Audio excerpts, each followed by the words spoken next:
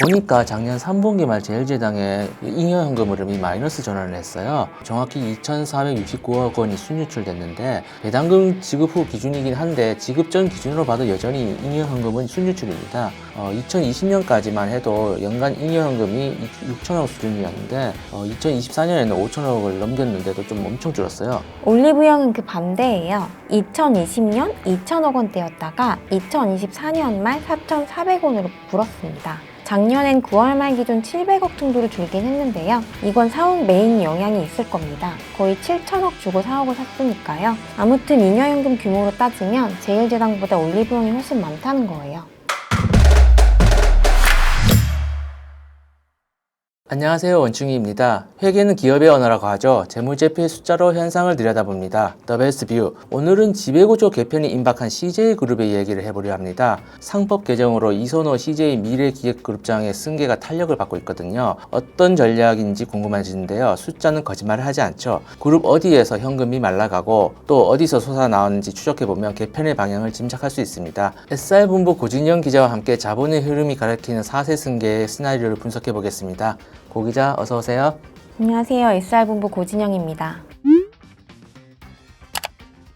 사실 대중들한테 CJ 하면 아직도 뭐 비비고 만두라든가 영화, 드라마 같은 이미지가 대표적이거든요. 저 개인적으로는 설탕 이미지가 너무 센데 전통적으로 CJ 제일제당과 CJ ENM이 이제 그룹의 양대 산맥이었잖아요. 그런데 최근에는 CJ의 심장이 더 이상 쌍림동이나 상암동이 아니라 용산에서 뛴다는 말이 나와요. 올리브영 본사가 있는 곳이 용산이잖아요. 아무튼 이제 우리가 알던 그 CJ가 아니라는데 실제로 내부 지용도가 수치상으로도 그렇게 많이 변했습니까? 그렇습니다. 제가 2020년부터 2025년 9월까지 지난 6년간 재무 데이터를 뜯어봤는데요. 짧다면 짧은 시간인데 그동안 판도가 완전히 바뀌었더라고요. 현금 창출의 핵심 축이 원래 제조와 미디어였었지만 지금은 헬스 앤 뷰티 플랫폼으로 넘어갔거든요. 원래 CJ를 지탱해왔던 제일제당 그리고 ENM이 주춤한 상태고요. 그 사이 올리브영이 무섭게 크고 있습니다. 누가 돈을 절거나 하는 이야기가 중요할 수밖에 없는 이유가 승계라는 게 결국 막대한 자금이 필요한 작업이잖아요. 지분을 사든 상속세를 내든 현금이 있어야 하는데 그러려면 그룹에서 어딘가 확실히 캐시카우 역할을 해주는 곳이 필요하거든요. 그게 지금 올리브영이라는 얘기죠. 그런데 원래 CJ에서는 제일제당이 맏형이 아닌가요? 연매출만 거의 30조 원으로 아는데요. 네, 당연히 덩치는 제일제당이 제일 크죠. 비교가 안 됩니다. 그룹 모태기도 하고요. 하지만 2022년 이후로 성장이 계속 정체된 상태예요. 현금 흐름도 원활하진 않은데요. 2024년부터 대규모 투자를 집행하고 있거든요. 미국 사우스 다코타나 헝가리 공장 짓는 데만 총 8천억 원 정도 쓰고요. 요즘 바이오 사업 부분도 경쟁이 심해서 시원치 않고요.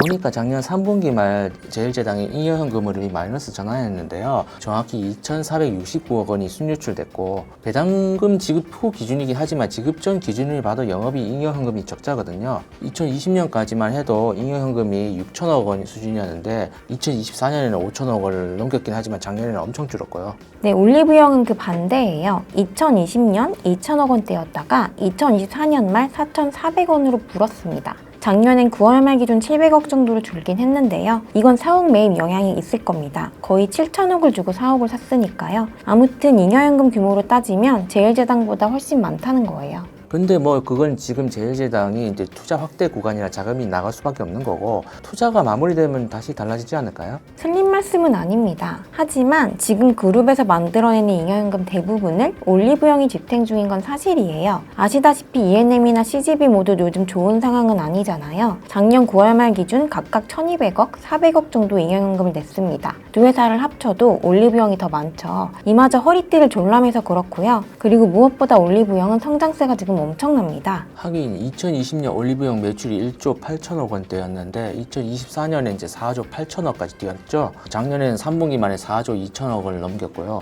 연매출 5조 원 시대에 근접한 것 같은데 유통업인데도 영업이익률이 13%를 넘잖아요. 그룹 실적에서 올리브영이 차지하는 비중도 예전이랑 차이가 굉장히 클 것 같은데요. 네, CJ그룹은 제일제당, CJ ENM, CGV, 올리브영 이렇게 4개 계열사를 합산하면 전체 대무지표를 대충 그려볼 수 있거든요. 대한통운을 포함해서 다른 계열사 대부분이 이 회사들 종속회사라서요. 이렇게 합쳐서 비중을 따져보면 그룹에서 올리브영 위상이 얼마나 달라졌는지 한눈에 들어옵니다.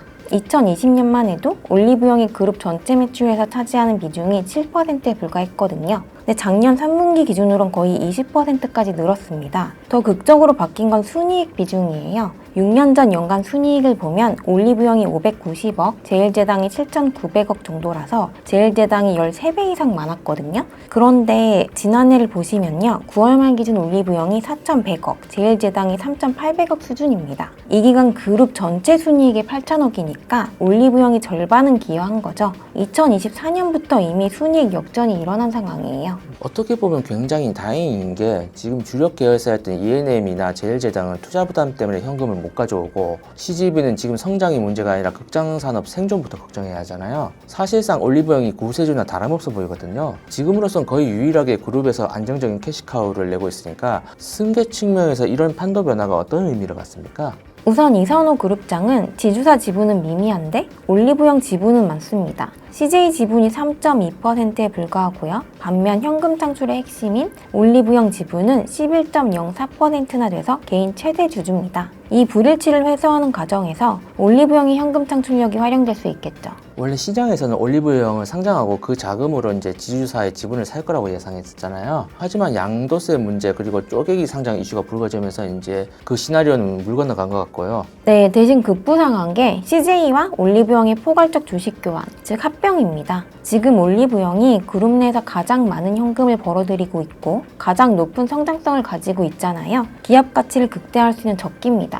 합병을 한다면 비율 싸움이잖아요. 결국 올리브영 가치를 높게 받을수록 이선호 그룹장에게 유리할 텐데 지금 시장 가치로 계산하면 어느 정도 지배력 확대가 가능한가요? 시장에서 올리브영 기업 가치가 10조 원대까지 이야기되거든요. 지주사 CJ 시가총액은 지금 5.8조 원 남짓이고요. 자회사가 모회사보다 거의 2배 더 비싼 건데요. 이 가치를 기준으로 합병 비율을 대충 산정하면 대략 1대2의 교환비가 나옵니다. 올리브영 주식 한 주를 내놓으면 지주사 주식 2주를 받을 수 있다는 뜻이죠. 이 시나리오대로만 된다면 이선호 그룹장은 별다른 자금 투입 없이도 지주사 지분율을 단숨에 20%대까지 끌어올릴 수 있습니다. 올리브영의 압도적인 성장이 지배력 확대의 지렛대가 되는 셈이죠. 듣고 보니 올리브영의 독주가 승계를 위해 필수 불가결한 퍼즐이었다는 생각이 드는데요. 거기다가 이제 최근 입법 예고된 자사주 소각 의무화 법안도 변수가 되고 있죠. 그렇습니다. 3차 상법 개정안은 연내 입법이 유력한데요. 기업이 보유한 자사주를 의무적으로 소각하도록 강제하는 내용이 담겨 있습니다. 그런데 마침 올리브영은 전체 발행 주식의 22.6%에 달하는 자사주를 보유하고 있어요.